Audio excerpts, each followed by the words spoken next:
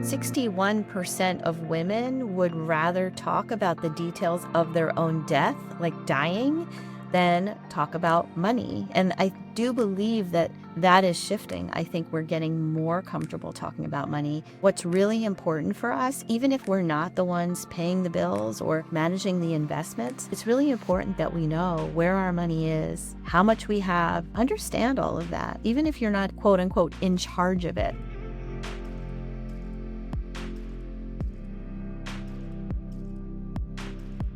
I'm Mariana, and this is Inner Lives, a podcast exploring the complexity, contradictions, and unfolding of being a woman in the modern world. Today's conversation is with Ruchi Pinniger, founder and CEO of Watch Her Prosper, former Wall Street CFO, mother, wife, and someone who has spent most of her life thinking deeply about money, prosperity, and what it means to build a secure life. What stayed with me most about this conversation is that underneath all the discussion about money, success, and financial independence was a much deeper question. What does it actually mean to feel safe in the world? Ruchi lost both of her parents by the age of 15, and as we talk, it becomes clear that many of the things she built afterwards, her ambition, her financial expertise, her business, and even her understanding of prosperity, were shaped in some way by that experience. Together, we explore the difference between financial security and emotional safety, and whether the two are connected as we often assume. I hope you enjoy our conversation. Ruchi, let's get started. I'm excited to have you here. I've told you this before. I really wanted you in particular because I love your messaging when it comes to your business and your idea of what money is and prosperity is. And you have a lengthy, very accomplished resume. But if I were to Thank ask you. you to take the resume out of the table and describe yourself as a woman and as a person, what comes up for you? I'm a woman who is really passionate about anything that I put my attention on. I believe I'm very generous. I really love to give back. And I know I got that from my mom and Mm, also through lessons that I've learned in friendships and other things that have gone the wrong way when maybe I've sort of been perceived myself as overtaking. And now I tend to really love to do what I can for others while also empowering them to do for themselves what they're capable of. That's the biggest thing, is helping them to mm, see their capability and their capacity and sort of shedding the light for them. mm. I love that. And you touched on your mom. So who was your mom growing up for you as a little girl? My mom was an incredible role model. Actually, she was a single mom. We came here to this country when I was a little girl, my parents. And How old so were you, I was actually? a couple of months old. I was born in Oh, Denmark and they wow. came here when I was a baby. So I don't remember, but Mhm. that is what I'm told. And we lost my dad quite early and I actually lost my mom at 15. So by the time I was 15, I Mhm. had no parents. My Yeah. mom was someone who really reinvented herself here in this country. She was an educator overseas. She came here and had to start over, and she became a bank teller and then worked her way up to be an executive in a bank.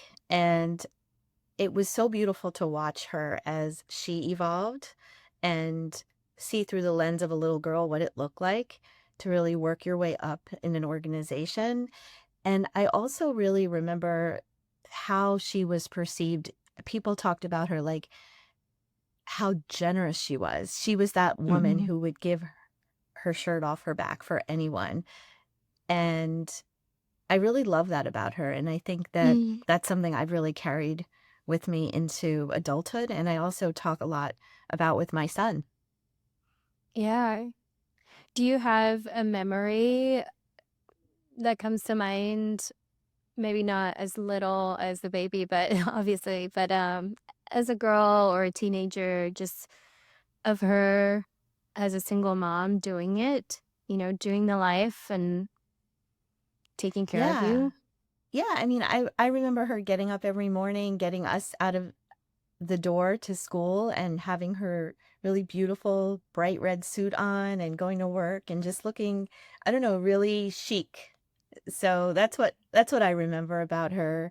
Her kindness, her love, the beautiful memories we had shopping together on the weekends. And, you know, the biggest thing for me is the regret of not having her, and not Mm. spending as much time with her, because when I lost her, I was a bratty teenager. I don't think I really fully appreciated her.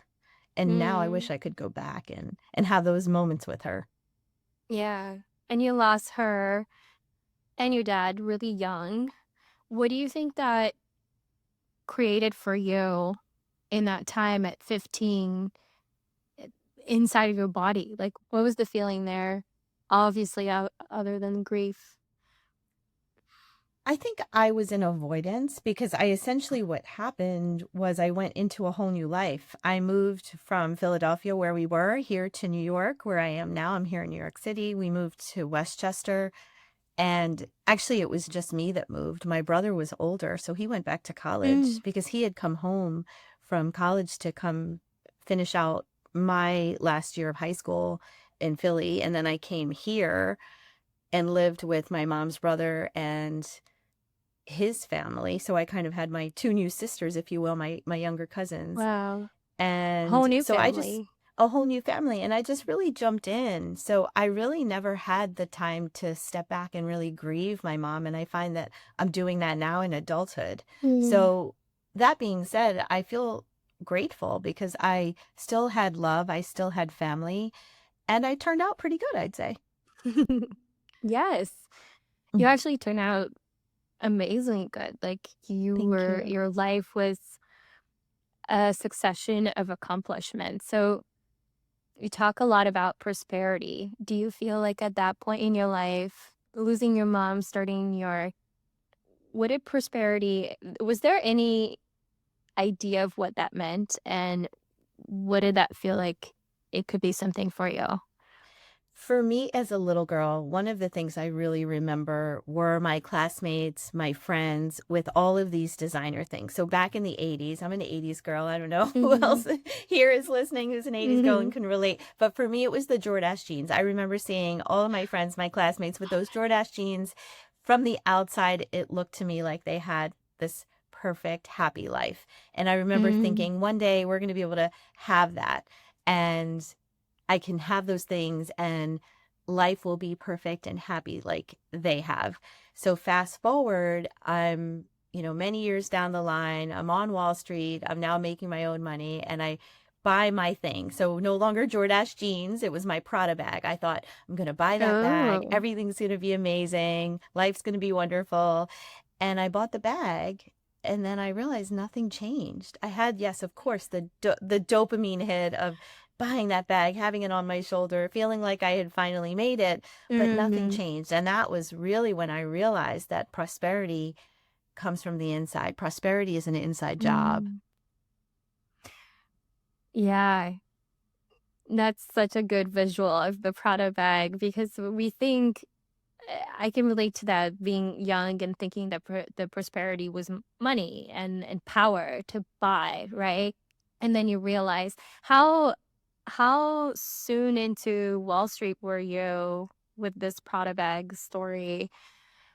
It was still pretty early on, but what's great about it is if you even fast forward again into the work I do at Watch Her Prosper, one of the Hmm. key things I've done now is helping women to redefine prosperity. So I have my 3 pillars of redefining prosperity framework, which just based on the work I've done with thousands of women and myself to help us see prosperity in a new way. Because just as you said, many of us think about prosperity as financial success, as money. Yeah. And it's not. It's really about Mhm. how we live our lives. When we embody my 3 pillars, that's really what prosperity is. And the 3 pillars are well being, spirituality, and healthy relationships with people and with money. And thinking about well being, right? It's really stepping back and thinking about all the things that bring us joy, the things that we put aside because we're so busy doing everything for Yes. everyone else. So I always will ask myself, as well as those of you listening, what is it that you love to do? Mm. What do you love to do that you're not doing because you're so busy caring for everyone else and putting yourself last? So for me, here in New York City, I love my long strolls in Central Park. I love going for my regular massages. And I do those things to make me feel really good. And I schedule them, I put them in the calendar and I budget for them. And that's Mm-hmm. what we all can do, because prosperity, the things that bring us joy, it comes at all budgets in all shapes and sizes. So that's the first pillar. The second pillar is that spirituality, which is really just that we're all connected. We're all one. And I talk a lot about the universe. And what I want to say is the universe is like a mirror. What we put out is what we're getting back. So Mm. if we're thinking about lack and scarcity all day, guess what's coming back to us? It's lack and scarcity. So I find myself using one of my methodologies, which is my RIR method, which is recognize, interrupt, reframe all the time.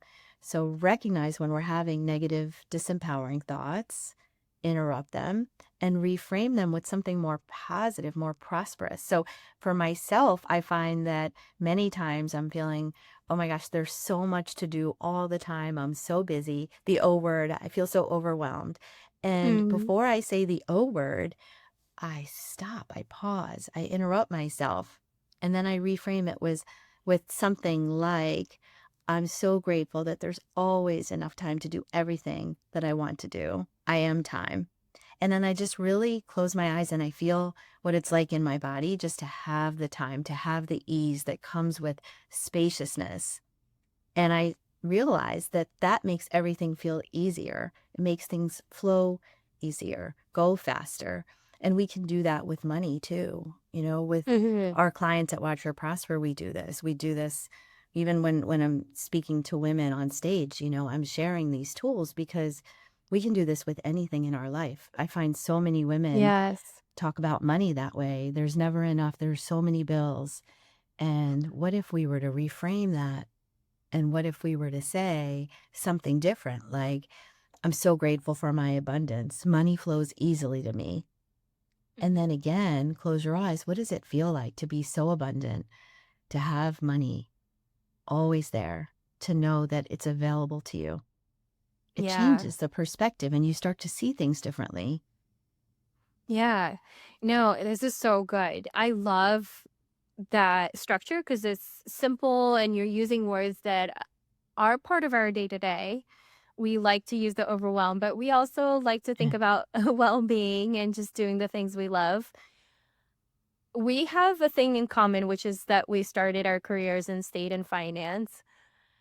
That's not usually what you find in finance, a lot of balance in life. So I'm curious, how did you come to be this person who's teaching prosperity to other women when you were, I'm going to assume here, not really doing that at the beginning of your career?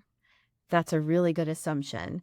I left Wall Street because I found that I wasn't satisfied anymore. I really knew I wanted to help people more. I had a great career by all means, the climbing the corporate ladder and making the money, but it just didn't make me feel excited every day. And so as I was thinking about what is it that I'm meant to do in this world, I started to listen to the messages from the universe. I started to really hear what was coming. And I found a common pattern amongst women, and many of them were business owners building their businesses. And what I heard was, I'm not good at the numbers. I don't know how to do this. And they would ignore the numbers. And how do we run a business when we're ignoring the numbers? We're not able to make clear decisions without having our numbers, right? The numbers are the Mm-hmm. data that help us to build and to help us to create goals and take action. So I realized, oh, I had always wanted to be a therapist when I was in high school. That's actually what I wanted to do. And Mm. my incredible aunt and uncle said, your mom was so good in business. Why don't you do that? I think you'd be really great. And I think I was 16 when I was having to make these decisions. And I was like, sure. And I ended up obviously having this beautiful career. But now I realize I got to marry my two loves, my finance background and my love of helping people. So now a lot of our clients call me their financial therapist. So that's how Watch Her Prosper was born, inspired by Mm, all of these women. And when I started, I thought, okay, I'm just going to be helping them. I'm going to be helping them with their numbers, helping them with their cash flow planning, doing their bookkeeping, helping them with saving strategies so that there's always money for tax time available. But what I started to see was that we would do a lot of this work with our clients, and there was still some piece missing because we might put in all the strategies and they might increase their revenue, but then there was no money left at the end to pay taxes, or there'd be in debt, or they would be crying still. And what I realized was there's something deeper here. So I mm, started to study spirituality, neuroscience, and I started to understand more about how we are operating 95 to 97% of the time based on our subconscious beliefs. The stories we carry mm, with us from when we're in the womb to when we're 7 or 8 years old that aren't even our stories, just based on what we saw from our parents or our loved ones' actions when we were little. So if your parents were fighting with money all the time, or if there was scarcity and not enough food, you're going to come into your adulthood with a lot of these stories that money's bad or money's hard to make, or I have to hold on to all my money because there might not be mm, enough. And so we start to break through those patterns, partly with that RIR method I talked about. mm. Yeah, so let's talk about money and let's talk about how you became so confident about it, right? Like whenever you started in finance then and you achieved that independence and you were able to buy the Prada bag, what was driving you for that desire to know about money and to be financially independent? I think the role models I had around me, I wasn't always great with money. I mean, when I started working, I wasn't making a lot of money. I had debt. I had credit card debt. I was Mm, buying clothes and bags and shoes and going out, not really planning. But at some point in my career, I started to realize I really need to save. I really need to get smarter. I need to start maxing out my retirement. I need to know that there's enough in the bank to cover an emergency. And I started to shift my habits, and I started to now, instead of having debt, we would get bonuses. I mean, that definitely helped. I'm not going to lie. Getting a bonus is this extra lump sum of money that you get that's outside of your paycheck. And you're mm, able to sort of step back and say, what do I want to do with this money? How do I want to use it? So I started to really say, okay, my first bonus, I'm not just going to go out and spend it. I've got this credit card debt. I'm going to pay that down. I'm going to put this much in the bank. I'm going to spend this much. I started to really pay attention. And that's really how it started, just really naturally, like many of us coming into adulthood.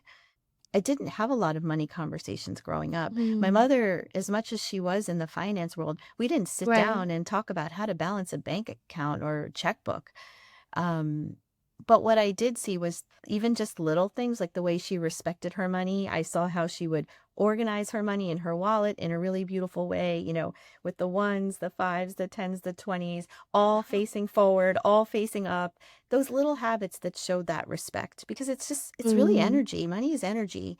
So how you're treating your money, what you're doing with your money is just one piece of how you're showing up in the world. mm. And when you then, through the process of role models you had in finance and starting to realize, okay, I don't want to just buy the Prada bag. I want to take care of myself.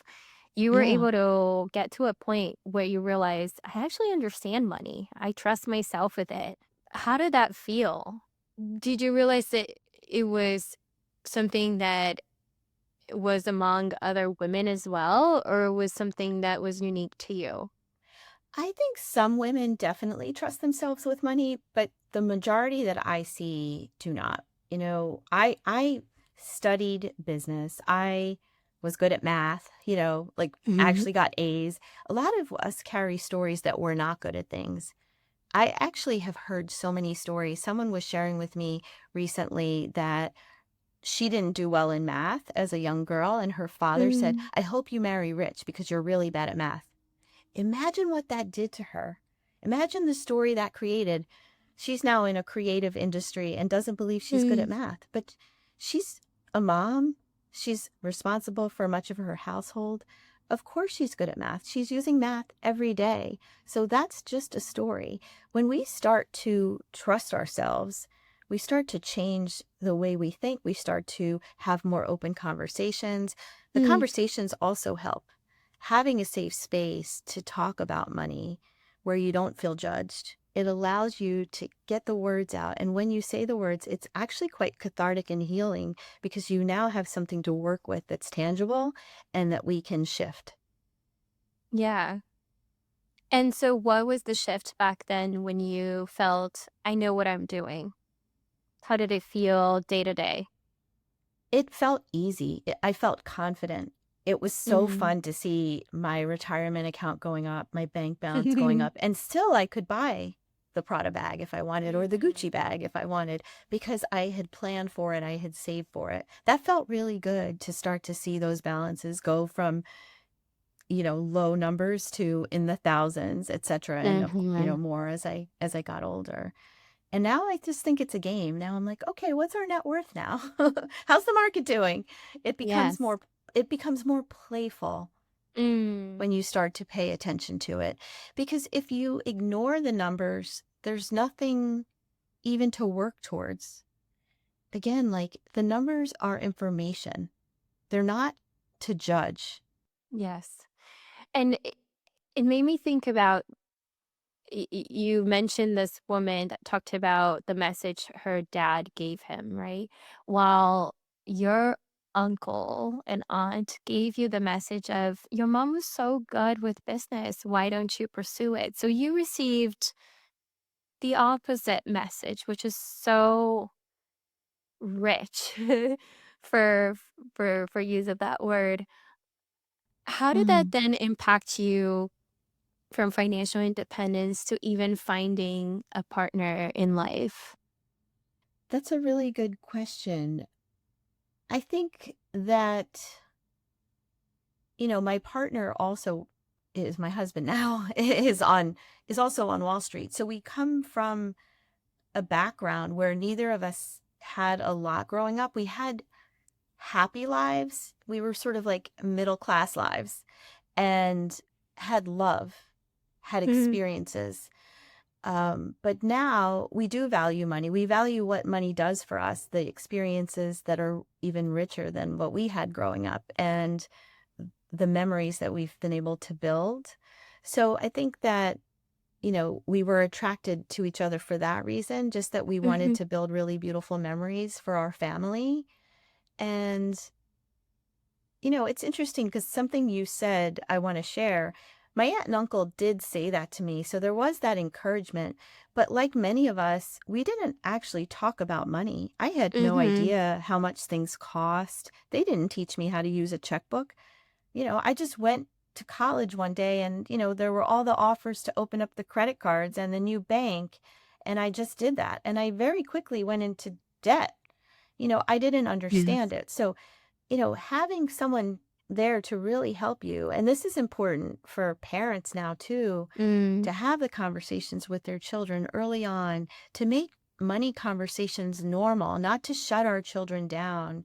When my son asks me, how much does that cost? An instinct, if it's something that doesn't feel like you'd want to share about, like, let's say the price of your home, the instinct Mm. would be, it's none of your business. But actually, why? Why is it none of his business? Yeah. He knows we have a really beautiful life. And so I tend to share when he asks those questions because I want him to Um, understand it's okay if you don't want this life, but I want you to know what it takes so that when you're making financial decisions, whether it's about what you want to major in, what you want to do in the world once you graduate college, I think it's really important for him to know what things cost so he can set himself up in a way that he desires for the life that he wants to create for himself. And it doesn't have to be the same as the life that we've created for him or that we've created as a couple. right. That is such important messaging because we come with different backgrounds into a Yeah. relationship and then create a family. And that can go into so many different ways depending on how we create that environment. Was in your relationship, money ever a source of tension or a source of Definitely. imbalance, especially Oh, for you both sure. coming from middle class, but also in finance? Yeah, it definitely was. So when I left Wall Street, there was about a year and a half that I was like unsure what I wanted to do in that time that I shared with you. And I think my husband definitely got a little bit impatient being the only breadwinner going from two incomes to one. I think he felt that pressure of I have to keep up our Mm, life on my own. Even though he knew I do a lot for the family, he definitely, had a moment where he's like, "Okay, enough's enough. Figure out what you're going to do." And we had an open conversation about it, and he was really supportive of me building my business. And I will say, I think this is important too. We all bring different things to our family, to our marriage. So it's okay if there's one person working and one person not, as long as you're aligned with that. And as long as you're both realizing the value of what you're bringing in, whether it's the woman who's earning or the man who's earning. I know so many incredible women entrepreneurs who their husbands have retired out of their careers and are home taking care of the kids now because they are yeah. just really doing amazing things in the world and have the revenue to support their families. So they've kind of been able to give their husbands that freedom of like leaving their Mhm. jobs. So either way, if one person's working, as long as you're both aligned and recognizing that the other is bringing so much also into the family, that's really important. And if the person who's not working is able to articulate, I'm doing these 7 jobs. If we had to hire for these 7 jobs, imagine that's what that would cost. That's really the value of what I'm bringing to this family. It's something Mhm. really as a mindset shift for anyone who's not working and sort of feeling Yeah. bad about it because some people do feel bad about it. Yeah, and I think ambition, to your point, can look in so many ways, right? For a woman, since we were talking about women's lives here, ambition can be beyond Wall Street and kicking butt, but ambition can also be at home with their kids, right? Or asserting their Yeah. own business, to your point. So, again, looking at your resume and knowing that your husband has been in Wall Street and everything, understanding that these are like two ambitious adults. How do you both organize power and money and the responsibilities inside your relationship? Mm.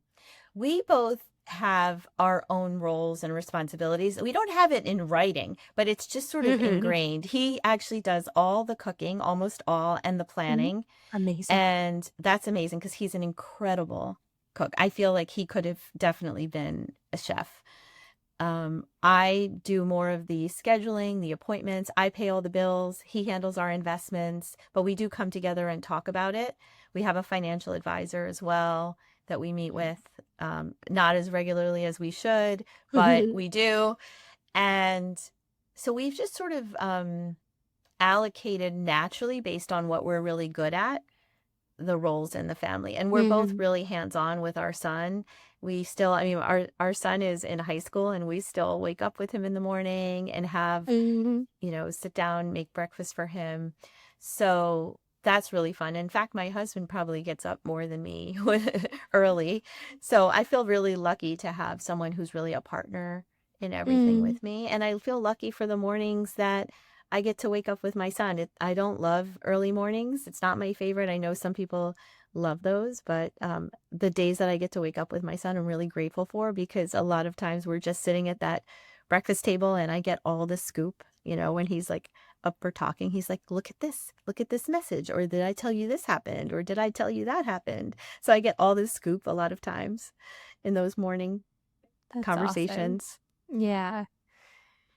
Do you think then that that not just financial, but that transparency of open conversations and knowing who is best at what, but especially since we're talking about money, financial transparency changes the intimacy inside a relationship and makes it stronger since you guys have such a solid relationship?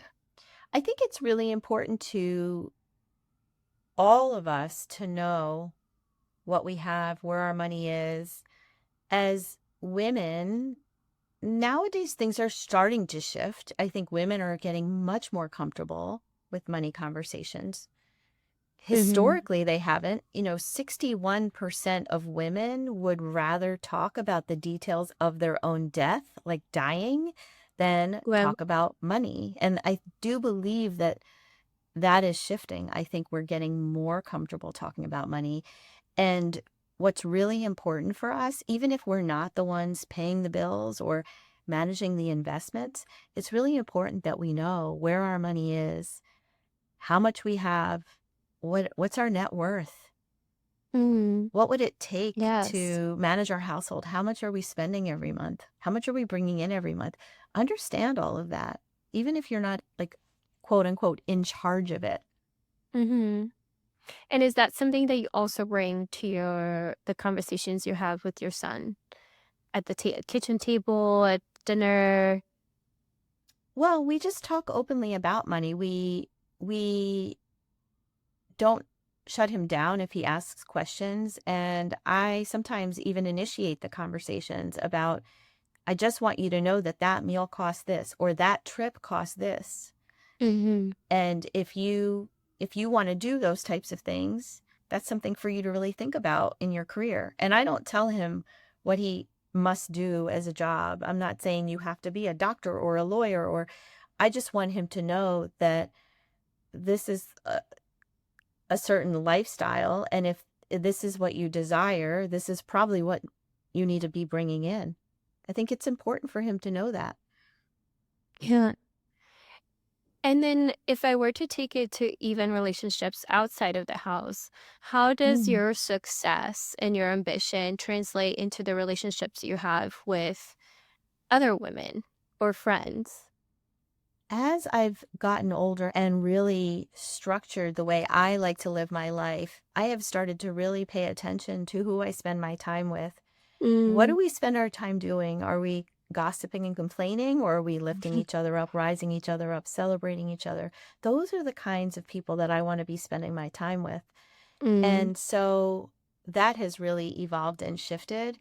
And I tend to bring out a certain comfort in people because they know that I'm, a judgment-free zone.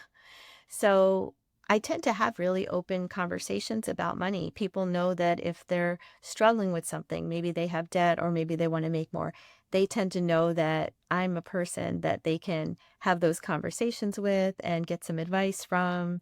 So it's really fun for me too in that regard.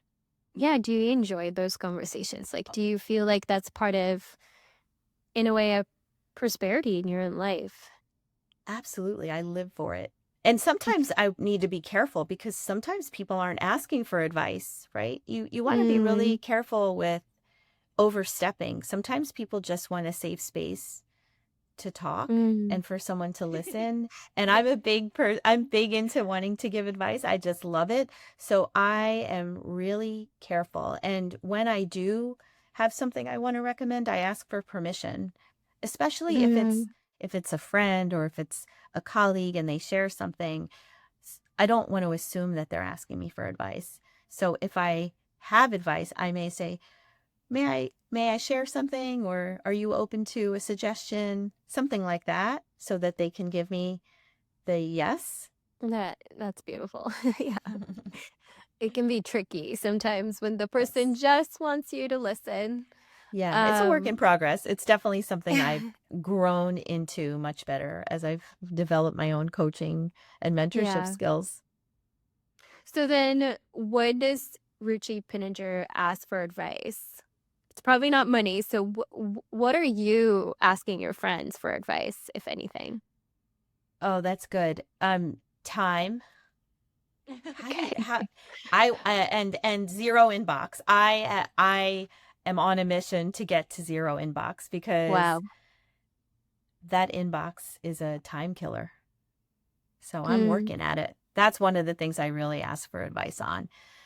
Um, that's probably the biggest one, I'll say, right at the very okay. moment. There's always something. Of course, we're human, and we Mhm. that's the whole thing. We lean on each other. We all have beautiful skills that we bring to the world, and we all help support each other in the ways that we can. Mhm. Yeah. in a world where you're manifesting prosperity, you're talking about it, you're teaching, when does it get tricky? When does it get like you touched on time. Sometimes it's time, right? That's all we Mhm. need. But when does it get tricky to manage all this success? It's when my calendar is too full, which is actually right now. I was just talking to As we someone. speak.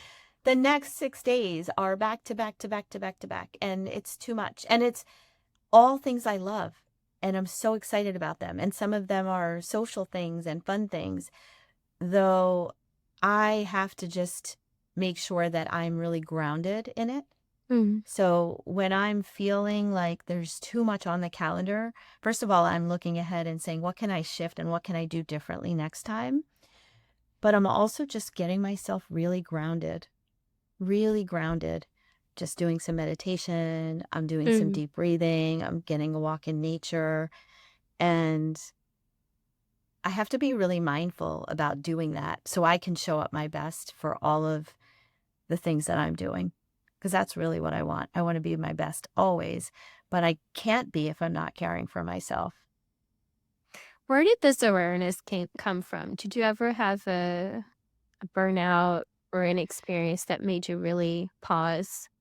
I never had officially burnout, but I've definitely felt on the verge of burnout.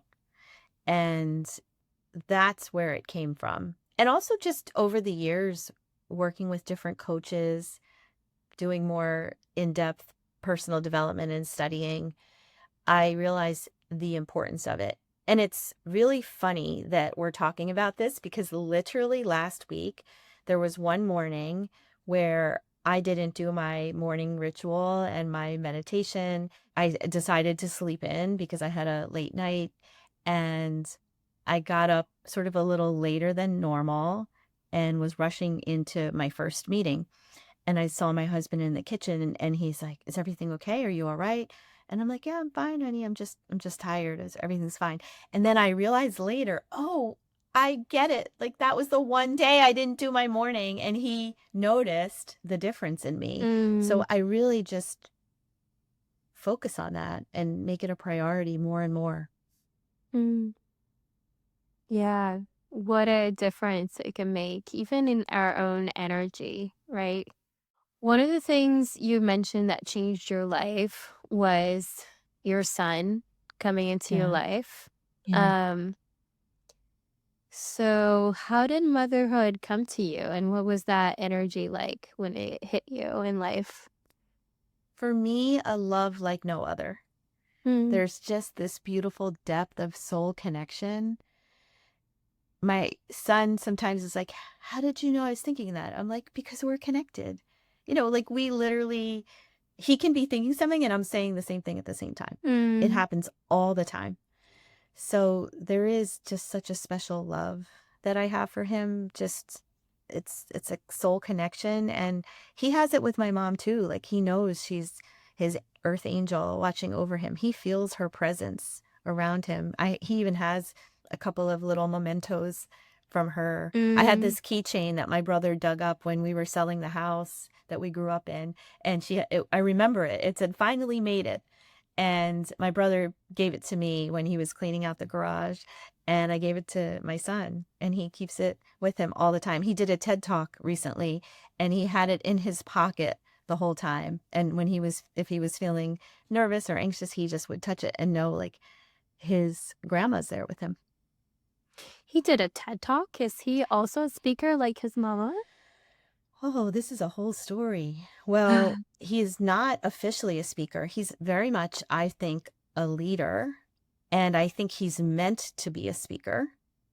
And he's been through some challenges. 2.5 years ago, out of nowhere, they found a brain tumor. It was Mm, benign, and they had to remove that tumor, and they got most of it out.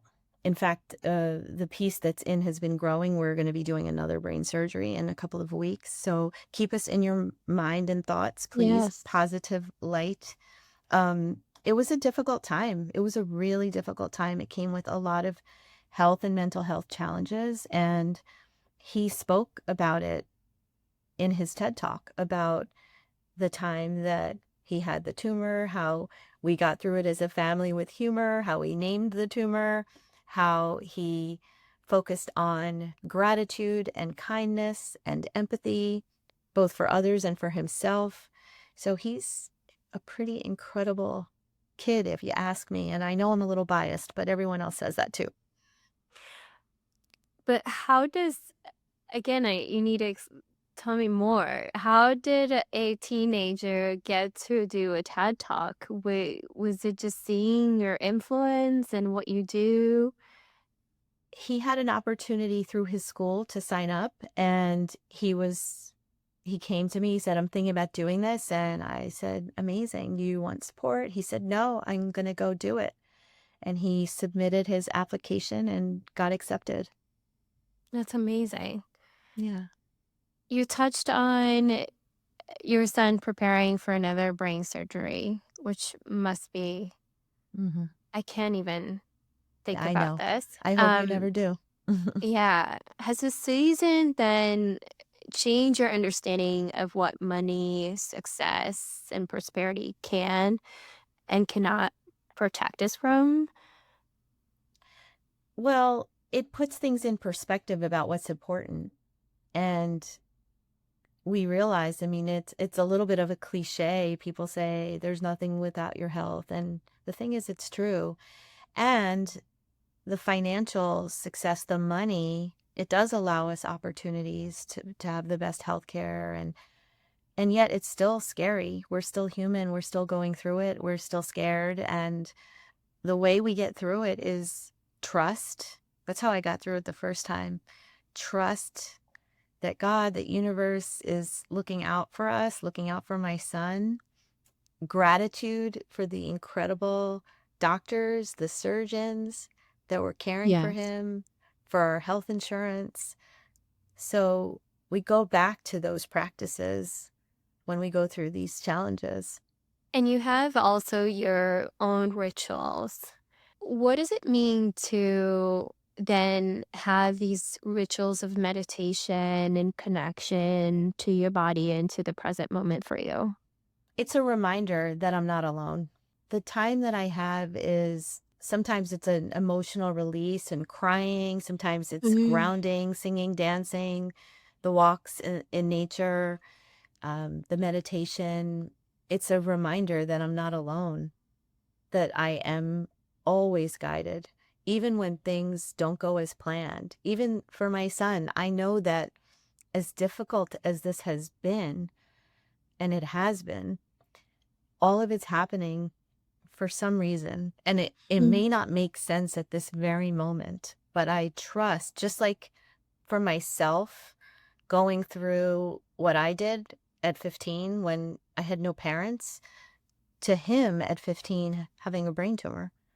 I trust Mm. the same for him, that this is putting him on the path that he's meant to be on. And honestly, that's how I've gotten through it. Because if I couldn't trust, I don't know if I'd still be able to even have a conversation about it. Yeah, so how would you then, it's interesting that you have this perspective. Do you tend to see struggle that way in life because you've gone through it in such a young age and had to Yeah. overcome it a few times? I do. I see struggle. I see it's not only struggle, even things that are not anticipated or not planned. I see them as kind of what's meant to be, and trust Mm. that the universe is guiding me and there's a reason for this, and one day it'll make sense, and maybe I won't ever know, and I'm okay with that because I trust that it happened how it was supposed to happen. Mm. You don't know if the reason your flight got canceled is because you were going to be in a car accident, on the way from the airport to the hotel. You'll never know that. But if you just trust that it happened how it was supposed to. Mm. Then is the trust in something other than you, or is it the trust in you? It's, for me, it's the God, universe, source. Everyone has their own that they believe in, and even if they don't, they can think about their higher self. Mm. But that's my personal belief. Mm. I am guided, I am protected. I'm always in the right place at the right time. Everything Mm. that's meant for me is already mine. Yeah. And so in this present moment, you're busy. Your calendar is full. You're also going through the struggles with your son.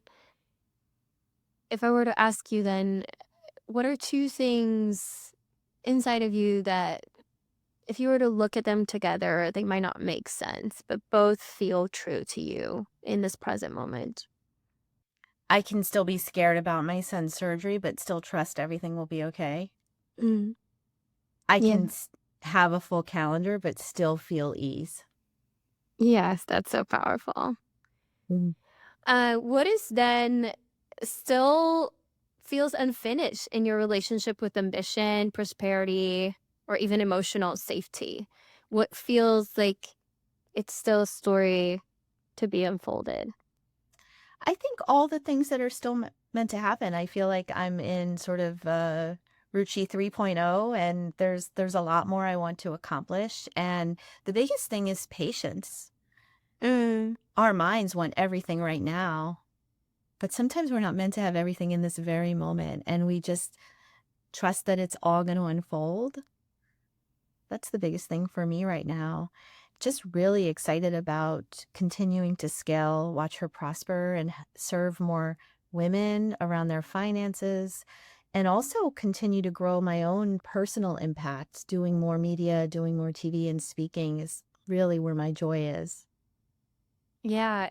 And Watch Her Prosper is that place where, I had my first accountant was a woman, also had her own business. And then I went through the pandemic and she was just so supportive. She was like this person for me where she was like, hey, we got it, and I love what Watch Her Prosper represent because from my understanding, it's that like you're that person, that caregiver in a way that maybe you never had, who created this for women. I'm just curious, like, what comes in this version 3.0 and what can we expect? And where do you see yourself going in this continuous progression of being someone like that for other women?